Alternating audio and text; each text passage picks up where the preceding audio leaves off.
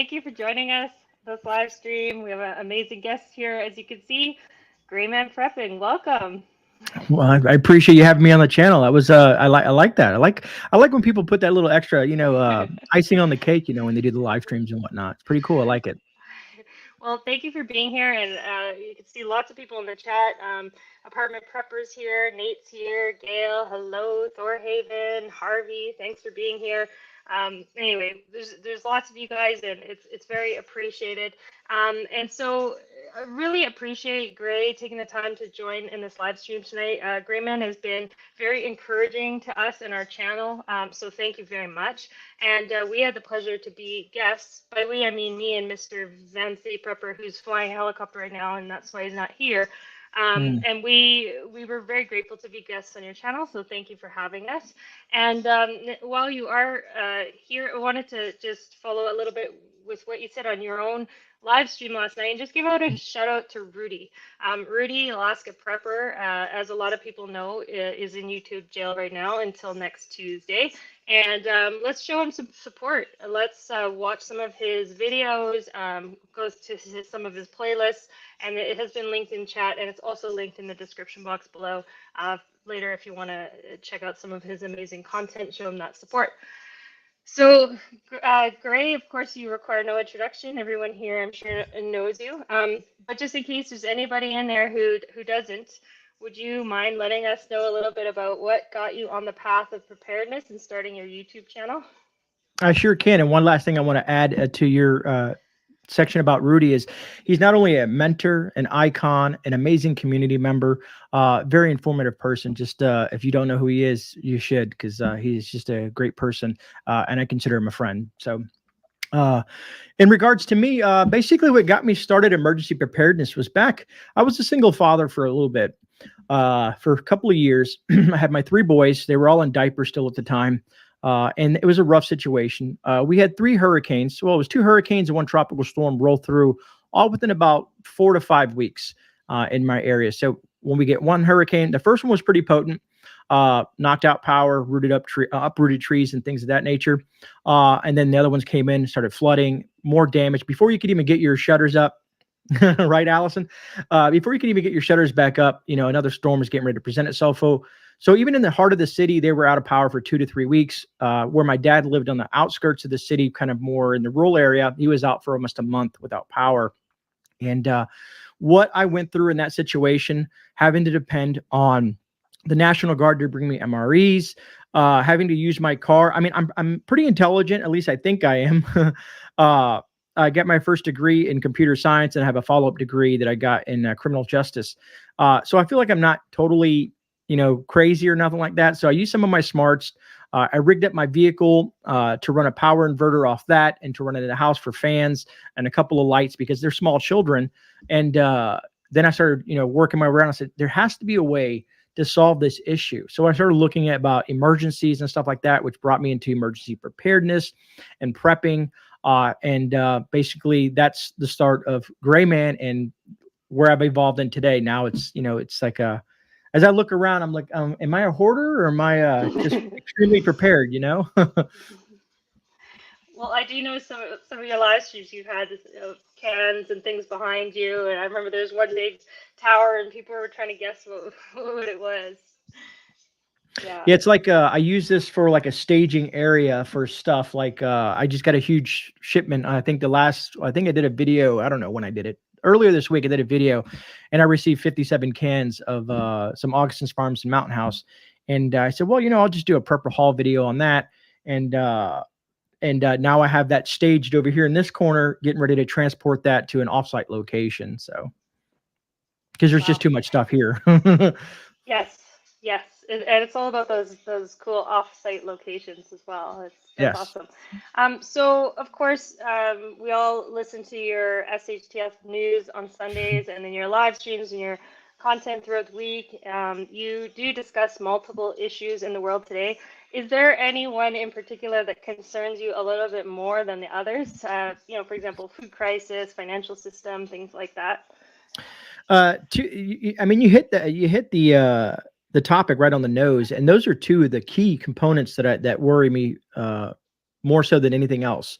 I know a lot of folks are worrying about what Russia's doing and what China's doing, and we should be informed and educated on that topic and what they're doing, because when they make moves, it affects the rest of the world. But here in the U.S., I am worried about our economy. The Fed's just raised it about another three quarters or 0.75. The Fed's just raised the interest rates again here in the U.S., which is going to basically knock out a lot of the poor folks, the middle class. They're not going to have the capability to buy a home because mortgage rates, interest rates across the board are going to be skyrocketing. The Feds think they're doing this in the aspect of that's going to benefit and stifle the inflation. They're playing with a double-edged sword. It could go either way: recession, inflation, a lot of different things. Now, when it comes to the food situation, that's another concern of mine because all I hear from is farmers from the West Coast, the East Coast, here locally, where fertilizer's gone up 400%. Fuel is, of course, diesel is still high up there. The heat has been creating a mass issue, also labor issues. And then that corresponds into our distribution aspect of it from the truckers and the trains and stuff like that. And I'm very, very, very concerned in the fall of what's going to happen. And I'm waiting to see how that plays out, but I'm going to be prepared as best as I can. And watching even up there in Canada, what Trudeau's doing and trying to, I guess, get rid of nitrogen-based fertilizers because, he's into the whole green thing. And I think that's going to be a bad thing for not only us, but for Canadians as well. Because if we look at something that just happened recently in Sri Lanka, they try to do the same thing. Sri Lanka, sorry. They try to do the same thing, and their food prices doubled. The folks revolted and took down their government. And Yeah. that could be a possibility that you might see here in the future. Yeah. Yeah, well, Canada, that's where we are, is we're in Canada, and things have been progressing in a negative direction. So do you think, on that note, that food is being used as a weapon in our society? Yeah, food is always weaponized. Things like food and energy are going to be weaponized on a consistent basis through political proponents and whatnot, because people need that to live. Specifically, food. If you control the food, you control the people. It's been a narrative that's been spun since probably the 50s or maybe even earlier than that, maybe in even ancient times, where they used the food to control the population. And unfortunately, even as we look at our society today, it's still being used as a weapon. In the aspect of people will do anything to make sure that their children, their loved ones, and folks don't starve. So again, I reiterate that quote that if you control the food, you control the people, and it's happening all over the globe right now. We can look at all kinds of different statistics in places like third world nations, like in spots of Africa and stuff like this, and see how this is playing out day by day. So it's a scary fact that might be coming to a city near you per se. Yeah, absolutely. And so, speaking about food a little bit more specifically, I Mhm. know you have a video about this, and I do know some of your subscribers will know the answer already, but I still want to ask is, do you prep freeze-dried food, and if so, why? Freeze-dried foods so I believe in food diversity. Food diversity, what I mean by that is try to diversify my preps. Freeze-dried food is a key component to my long-term preps, as well as like my dry goods like dry beans, rice, and stuff like that, pastas and all those kinds of stuff. Canned goods is another part of it, and of course my gardening, honing my gardening skills to get as best as I can at that, learning how to can foods, how to dehydrate foods, how to just make things last a lot longer, because that's the key factor here is we're trying to put enough food away. Possibly my goal was a year. At this point, I'm pushing for 3 years now just because of what I'm seeing in the environment that we're living in, and some of my concerns. Some people say, well, are you wasting food? And I'm like, no, my plan is not to waste any food.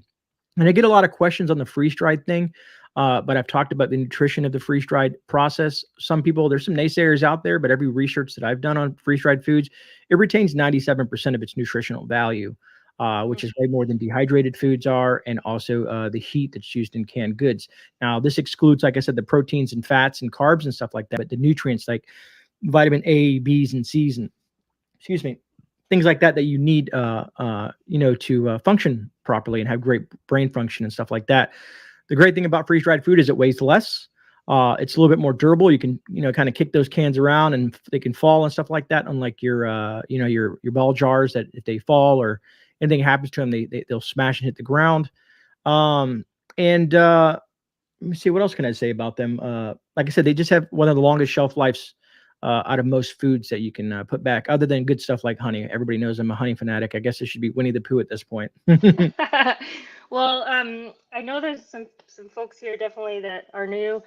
So anyone who doesn't know our channel, there's two of us on the channel, and the other half is a helicopter pilot working on fighting fires at the moment, and he takes freeze-dried food all the time to work and eats it as a regular meal, and it's like always consuming it because you never know where you're going to end up. And I've eaten a lot of it in my work life as well, and it's great. And so he seems to enjoy those meals as well. And as long as you just eat them every once in a while. So I think, is there something in the I was video? laughing at Thorhaven. Yeah. Oh, oh, that's so funny. Oh, that he's hilarious. So when you were speaking just now, you did mention gardening and honing your gardening skills. Mhm. I know you're in Florida. Is there something down there that you grow that you find yields a lot for the amount of effort that you put forth? Like a lot of bang for your buck. For me, in my tropical climate, I'm going to say my best bang for the buck, and this is my personal opinion, is sweet potatoes. Sweet potatoes are so easy to grow. As a matter of fact, I should do an update because I did a sweet potato video, basically just clipping. Now I forget the name. What are they called? Someone throw it in chat, and I'll you guys remember slips. There we go. Finally got it. Just clipping slips and literally just sticking them in dirt and to see what happens. I took 5 slips, throw those in dirt in a 50-gallon grow bag, and if people could see right now where it's at, it's insane. It's just gone crazy because they're that simple to grow. They can grow in sandy, loose soil, and what they produce, if they instead of like white potatoes, which are a high carb, high sugar, fast moving carb, I like the sweet potatoes, and I think someone said yams in chat as well. Right, survival game. For the nutrients that you get out of that sweet potato, I think it's a lot better. It's a slow moving carb. They have a lot more nutrition. So it's a lot more bang for your buck calorically versus growing some, let's say, bell peppers or tomatoes. And we all enjoy those things. I have some okra growing and some other odds and ends that I grow, eggplants and some of the other, just to name a few. But like the heat wave that we've been dealing with here in Florida, my tomato plants with that type of heat, when it goes above 90 degrees consistently, they will produce either small fruit, less fruit, or just won't fruit at all. Or just they're just so thirsty that when you go to water them, if you don't stay on a good cycle, they'll split. So that's creating a lot of issues. But my go-to, sweet potatoes, 100%. Oh, that's so neat to hear because I mean, we do potatoes up here, but not so much that. So that's very neat. So thank you for sharing that, especially for anyone down there who's, thinking about planting new things. So I wanted to ask you a couple things related to some of the content that you've put out lately. It's a little bit of a switching topic here. This whole discussion of electric vehicles, I find really interesting because a lot of people don't think about how a lot of those vehicles are actually charged, right? I mean, the batteries are one thing, but where the energy actually comes from to charge them is another. And do you think that the way that electric vehicles are today is a solution to all of our issues in society? Oh boy, I love this topic. I get fights. I get in fights with it all the time at my shop. So EVs, right? Usually, most EVs will cost more, and some people say, "Well, you can get one for about 35,000." But no, once you get in there and you work those prices, you're up to $60,000. Here's my main concern with electric vehicles. JD Powers Associate, which is a company out of here in Florida, or not out of Florida, but in the United States, that rate how many issues vehicles have. And EVs have had more issues than gas-powered and diesel-powered vehicles. Also, my main thing is what people for some reason just don't grasp is the lithium created for the batteries that they put in their vehicles. Has anybody ever seen, maybe even you have, seen what a lithium mine looks like? It's very destructive. And every vehicle that they use to mine that is run on diesel, fossil fuels, be it the bulldozers, be it the dump trucks and all that stuff like that. It's a very, if we're talking about, saving the environment and that kind of stuff like that they like to preach. These lithium mines destroy, obliterate, scar the planet technically. But that's the direction they want to go to, which blows my mind away. And on average, you're going to have to replace your battery 8 years. Some folks will have, warranties on their vehicles that may cover that, but some of them you have to look very carefully, and of course, you're going to pay extra for that too. I saw a funny thing a while back. There was a place where someone could charge their electric vehicle in Northern California, and they were having the power issues in Northern California because they're very green. And the way they substituted to get people's EVs charged, there was a Generac diesel generator connected to this electronic device that they use to power the EV. So they were literally using diesel to power the unit to charge their Tesla or whatever it may be that they were charging, which just blows my mind. Exactly. So since we're talking about these hot topics, how about turbine use for energy? How do you feel about that?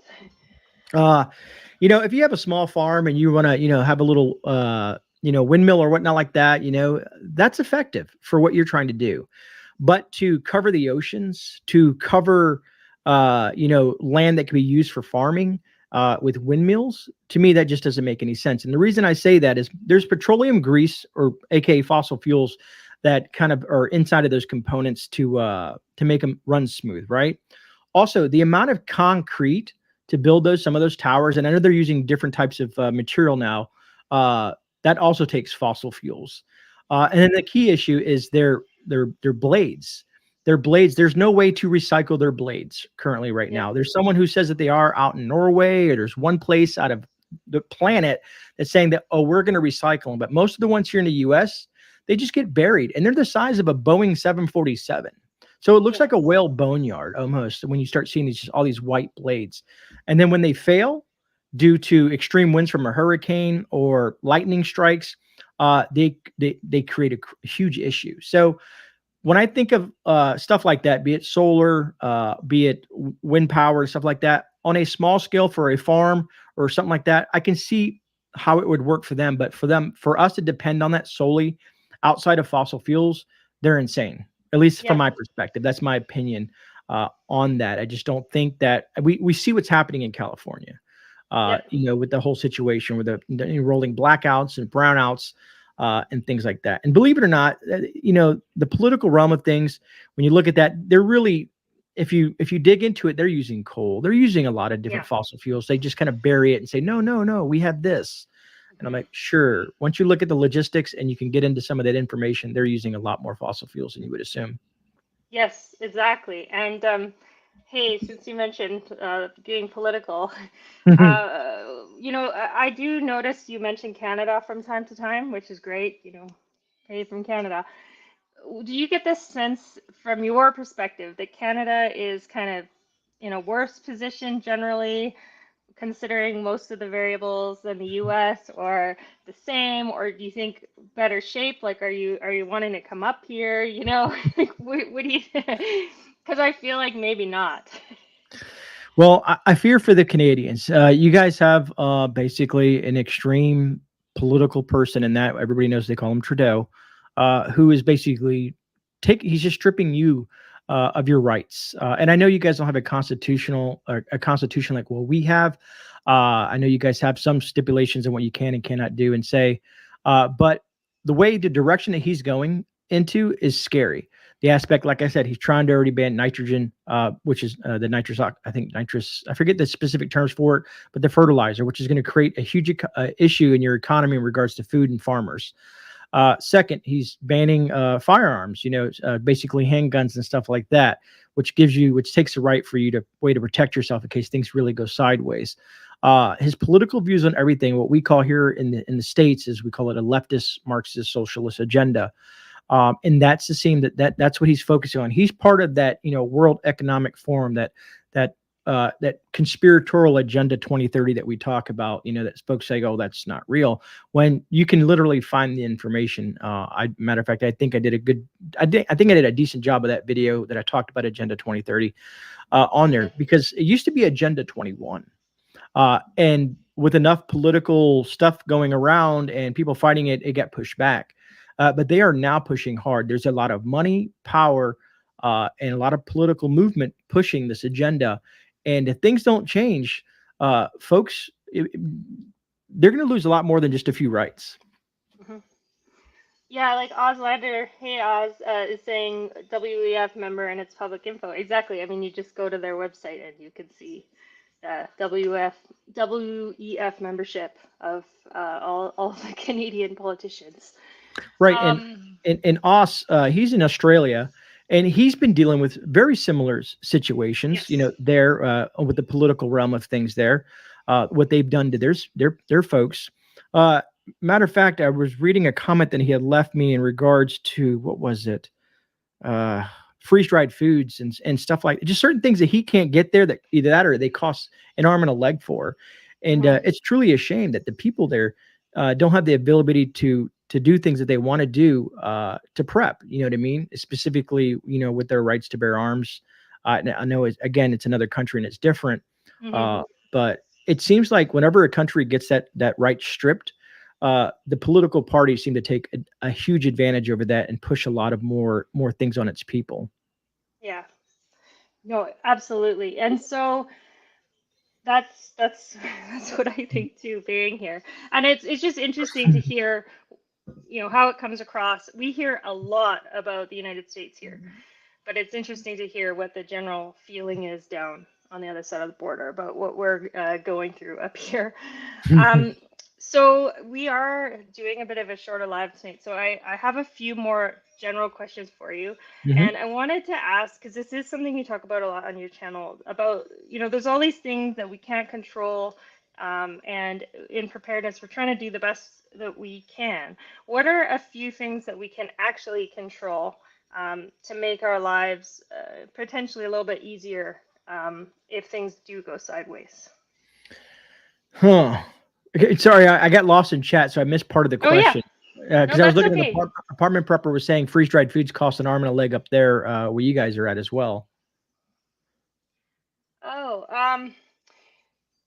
they're pretty expensive in Canada, the Hmm. freeze-dried food. But I know like Walmart in the U.S. has the Augustin Farms, and it's not too bad, like in Washington State and stuff like that. Oh, okay. Can you guys cross the border, and do you guys have to run that through customs if you get that from down here? Yeah, yeah, you do. I mean, you can order it across the border, and you can, if you are able to get down there, you can bring it back if you are down a certain amount of time and stuff like that. It's the thing is any way a person can do it is still cheaper than buying it in Canada because our prices are just so high in comparison, even with Hmm. the exchange on pretty much everything. I mean, our fuel is always, California type prices and things like that when it's Gotcha. converted. So it's a lot. So we just do the best that we can. But yeah, so where I was going with the last part of this live, I was just kind of wondering. We talk about all these different things that are going on, and they're all out of our control, really. I mean, Hmm. we can stick up for what we believe in, and we can try to go a certain way. But what are some things we can actually control in our own worlds or in our own families in terms of, preparedness and setting ourselves up for a better outcome? That's a great question, to be honest, because I get that question asked a lot, and what you really truly need to focus on is within your immediate grasp, and what I mean by that is you and your family, your household. If you want to focus on politics and that stuff, sure you can, but you want to do that at a local level. But the main key here is to prep for the unexpected, and start with stuff like food. And water, medical supplies. So those are some of your key components that you can make a big difference if anything happens, be it from something as simple as a loss of a job, or to something far worse. So those are things I think that people can focus on right in front of them. You know what I mean? Going to the store and buying an extra couple cans of food, buying maybe some extra water filtration, buying, uh, things like ibuprofen or vitamins and just little things like that that you think that could be beneficial to you long term. You have to think. What I tell people is look at your daily life, put your life into perspective, and kind of analyze your life. How often do you have children? What is it? What do you need to keep those children happy? Be it if it's food, be if it's even candy. At one point, like what is it? Hard candy. I mean, you can that must almost last forever if you store it Hmm. properly. Little things like that, games, and then also look at medical needs. You know what I mean? If you have children in diapers, are they diabetics? uh, all that kind of stuff like that. You want to assess. Usually, what I tell people, the best thing to start with is a plan. You have to start a plan. Do a brainstorm with you and the wife, you and the husband, you and your roommate, whoever it may be, your family members get together, and everybody needs to brainstorm some ideas here and say, okay, what is extremely important to it, and what do we need to survive? And you start with those key components first, and then you start moving down that list to other things that are going to make your life happy, like soap and toothpaste and stuff like that. You want to stay hygiene as possible, and then look at ways of a lot of things where a lot of people don't focus on. If you have a loss of power and a loss of water, one of the biggest huge issues is human waste. And a lot of people don't think about, man, how many times they go to the bathroom. So if you don't have access to traditional, restroom or whatnot, what do you do with that human waste? Because it can become a serious hazard and issue if you don't figure out a way to do something with that. I know it sounds disgusting, folks, but these are the things when I brainstorm with my family and the things that we write down and try to figure out what we should focus on, where we need to, do some extra shoring up and stuff like that, because food, I've been working on food for probably 10, 15 years, medical supplies, just with my background, and other little key components like that. But there's some things that pop up in my life that I'm like, this is a problem and I need to figure out how to solve that problem. So focus in specifically what's going to benefit you and your family before anything else. The world can fall apart around you, Yeah. but you need to focus on it because that's what you control. You control your little bubble. You know what I mean? And sure, there's outside forces always trying to get in and affect that, be it politics and storms and all that stuff like that. But the best advice I can give is start there with that plan and build out from that plan. Well, that's such a good point because it's fun to talk about things like, gear or powdered peanut butter or, oh, I just got this supply and it's so fun. But talking about waste management is sort of like one of the less sexy topics in preparedness. So hopefully more people will continue to make videos about that and talk about that because it's an excellent point. Agreed. Agreed. It's exactly prepping by faith. It's and that's what I love about the community. I always like to mention that because everybody in chat has something to add to our conversations and add to the community. Because some people have run into situations that maybe I haven't, or maybe you haven't. They live in different parts of the world and have some other ideas that maybe that we haven't thought of, and using that whole aspect of community and putting it all together, we learn from each other. You know what I mean? And that's what I hope. What I'm doing is trying to build a community so that we can share these ideas and become better at what we do. Thorhaven Farm is Thorhaven's gonna be off like googling powdered peanut butter from from now on. And Oh, I do want to. I see Survival Game says I own 40 acres. I will poop in the woods. Now, Survival Game, that's a great and that's awesome. What I learned in the military is and some other and some survival courses and stuff like that is if you are and you have a large piece of property and you're going to find a specific spot to dispose of your waste, make sure that it doesn't affect your well. Make sure it doesn't affect any type of groundwater issues or streams or anything like that. You have to when you plan this out, what we're going to do with this waste is you got to know where it's going to go, because it's also going to drive bugs, flies, animals, all kinds of stuff like that, but also what it will do to your water supply. So if you're drinking out of a well that has a nice huge aquifer, and that waste starts to seep in there over time, just imagine that's what you're going to be drinking if you don't purify it properly and whatnot. So these are just some broad ideas, because that's the key thing is if you have that type of property, find a good spot and say, okay, this is away from everything that we need that's important to us. This is where our number twos and number ones are going to go, I thought our live would start in this one direction, but I love where it's gone here. When I did all the work in Alpine doing mapping and stuff, we'd always build a field toilet. And the only thing I can definitely say is make sure that the heaviest person tries sitting on it before it goes into use, because we actually had it. I built it, but I didn't accommodate. I didn't think of that I wasn't the heaviest person, and then the other person actually it didn't work out so well for them. So yeah, make sure that someone big tries it out. Thanks, So Snake Bite. there's some There's some great comments in there. I'm going to definitely check them out after. So I have seen Harvey drop the link to your Discord, and Discord is awesome, especially when you hear people saying, I want to converse with more people in my area. How do I even find them?" It's like, well, Right. find them on Discord. Would you mind, if anybody hasn't heard about your Discord network, would you mind telling them about it? Sure.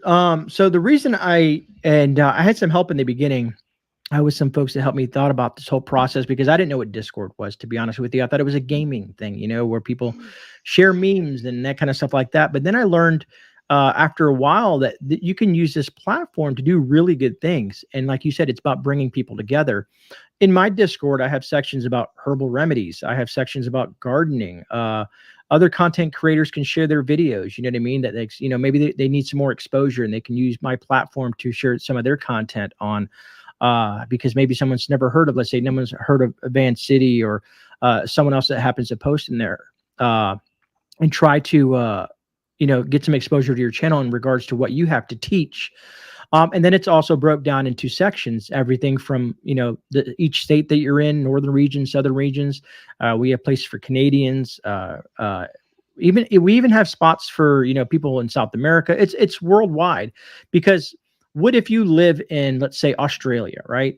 And, you're trying to meet folks out in Australia that may be in your general area, well, if you're in the Discord and they happen to be on my channel, you guys can maybe have a conversation. And the thing is starting that conversation there and building upon that and getting to know that person. You can even do voice chats. I've had voice conversations with Os a couple of times and some other folks.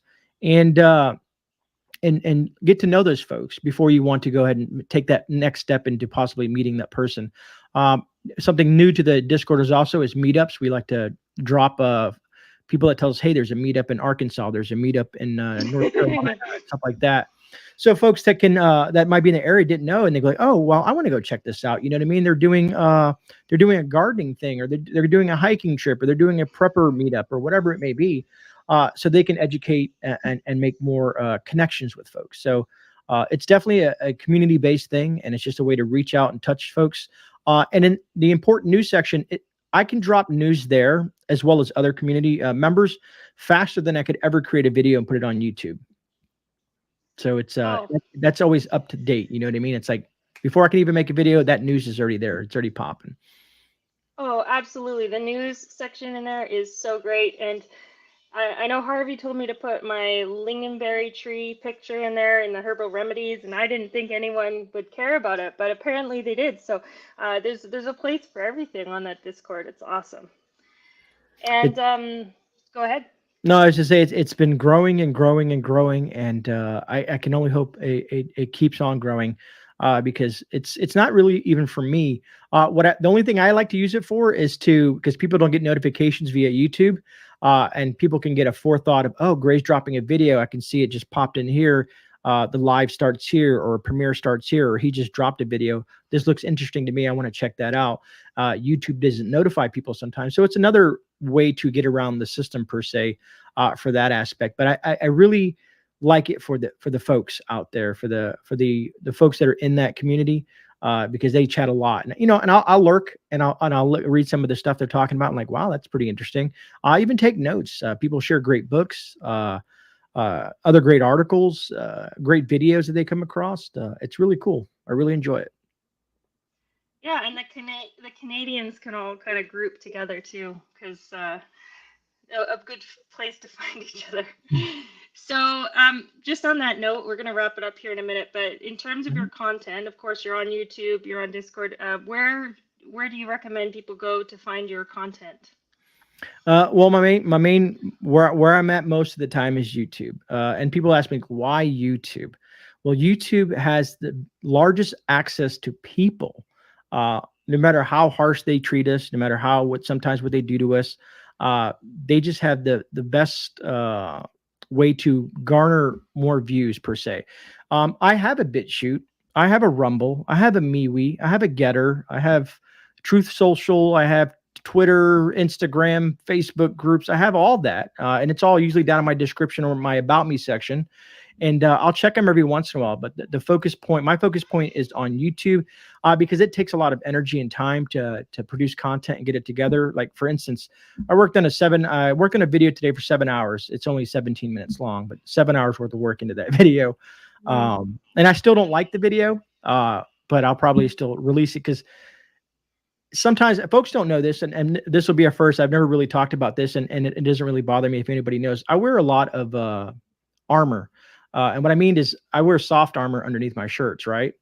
Outside of my hard armor, I don't know if you know the difference between the two, steel plates versus soft armor. So I wear soft armor. So it gives me like a little bit of a little extra up in here and stuff like that. You know what I mean? So I was looking at it, and I was like, you can kind of see, it looks like I have some extra stuff up there, and I'm like, oh well, I don't matter. The viewers are here for the content, not for me.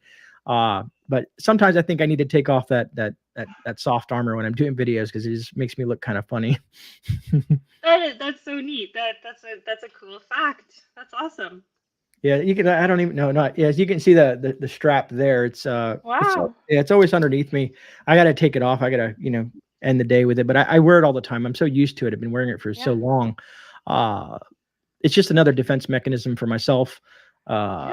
It's not very noticeable until you sit down and start scrunching up, and then you can kind of see a little bit of stuff there. But always about there's offense and defense, and I work a lot on defense.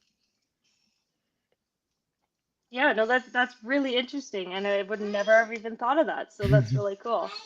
Just 1 minute, please. Sorry. So is there any final points or advice that you'd like to leave people with before we wrap up our live stream tonight, Grey? I guess my final thoughts on this is folks, if you're new to prepping and you are overwhelmed, it takes time, folks. I know there's a need to move fast right now. Folks, don't get yourself in debt. Don't take your credit card and go buy, a Harvest Right freeze dryer or go buy, 5,000 pounds of food because you feel like tomorrow's the end of the world. There's been a lot of speculations on the end of the world, from ancient times until now. Start slow. Don't put yourself into debt, but start prepping now. Now's the time. It's been the time, but, start stocking with food, just find the sales. There's always ways that you can find ways to save a few bucks that you can add to your preps. And if you look at how I do it, I budget my preps into my financial budgeting, and I write things down, and I take a little bit of money and put it to the side. And then whatever I'm at the grocery store, if I see something extra, I'm like, there's a really good deal on it, especially with today's inflation. And I see something that I can't pass up, I'll grab it. As long as me and the family eat it, because you don't want to buy stuff that you don't eat, just to buy it, just because it's on sale. So just take your time, folks. Don't get overwhelmed. In due time, before you'll know it, and a year later, you'll just be stacking it to the rafters, and you'll be like, wow, I've accumulated something nice here. And it'll give you a sense of security. It'll make you feel a lot better about yourself, about your family, if anything ever does happen. And it's huge. And when people whenever someone mentions the word prepper, or I mention the word prepper, people are like, oh, the zombies. I'm like, no. It's there's a proverbial zombie, but I'm not going to waste your time with that. My whole spiel on that. But if you were to lose your job for a month, right, and you had 6 months worth of food supply put away, right, and it's going to take you a month or so to get back on your feet, you can survive financially off some of that food. That's one thing that you don't have to buy until you get back on your feet. So I look at it just for something that simple as a loss of a job, that your food preps can come in super handy. Yeah, just such a great words of wisdom from you. And by the way, hello, Prepper Dog, and Peaceful Monkeys here as well. Well, I wanted to say thank you so much for everybody who stopped by this evening. Thank you so much, GreyMan, for taking the time. I know you're extremely busy and you have tons of videos that you're doing every week. If there's anybody out there who isn't already subscribed to GreyMan, which I'm sure you all are, but if you're not, please subscribe. The link is below. And thank you so much to all of the mods for taking the time to help out and be here. Lots of great channels and lots of great folks in there as well. So we're gonna say goodbye now, and also we're gonna have a little in our goodbye video, a little cameo from Mr. VP, who wishes that he could he could have been here as well to chat with you again. All right. All right. Well, thank you all for being here. I truly appreciate your guys' support. Like I said, if you come over to the channel, let me know that you came over here from VP. I like to shorten things up. But I appreciate you also for, having me on and, showing me to your folks that are on your channel as well. So thank you for having me on your show. I appreciate that. Well, thank you. And we'll say goodbye now to everybody. Bye-bye.